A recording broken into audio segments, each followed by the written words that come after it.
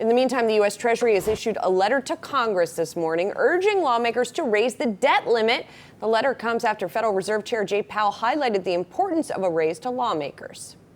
So I think it's essential that Congress raise the debt ceiling in a timely way so that the United States continues to pay all of its bills when and as due. I think any other outcome is unthinkable. We've never failed to pay our bills when due. I think it would be very uncertain territory if the United States were to stop paying its bills. It would be I wouldn't be able to capture. So the debt ceiling rearing its head once again.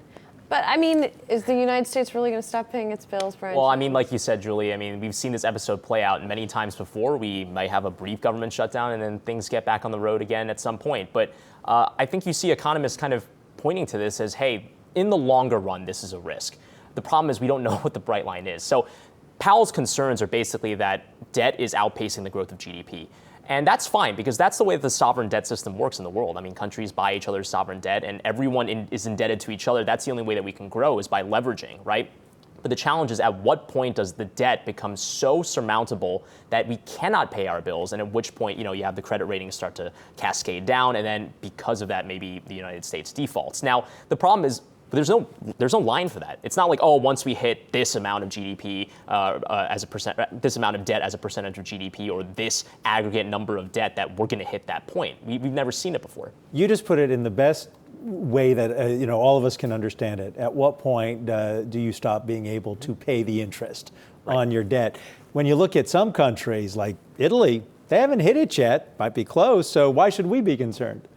I don't think we should be concerned, right? I mean, we haven't had a problem yet. We can still print as much as we want. Still world's largest economy. But I will say, politically speaking, Mnuchin sent a letter to Pelosi. It's not really her problem. I think it's more the president's own party that say, we don't want a clean debt ceiling raise in August. We want to have, some potential kind of cuts to the budget. Right. So they don't really want to do a clean debt ceiling limit bill now. That's the problem. This is what I'm reading right now, is that some senators are not happy about that.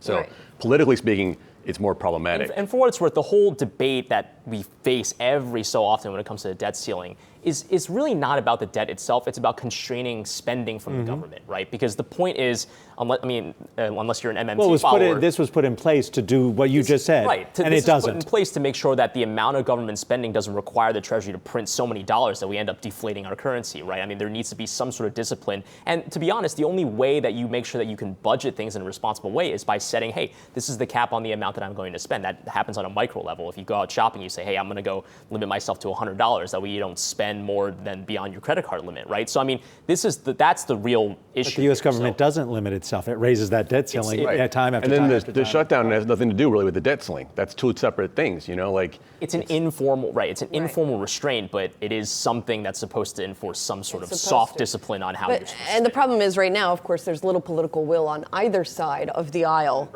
to constrain spending.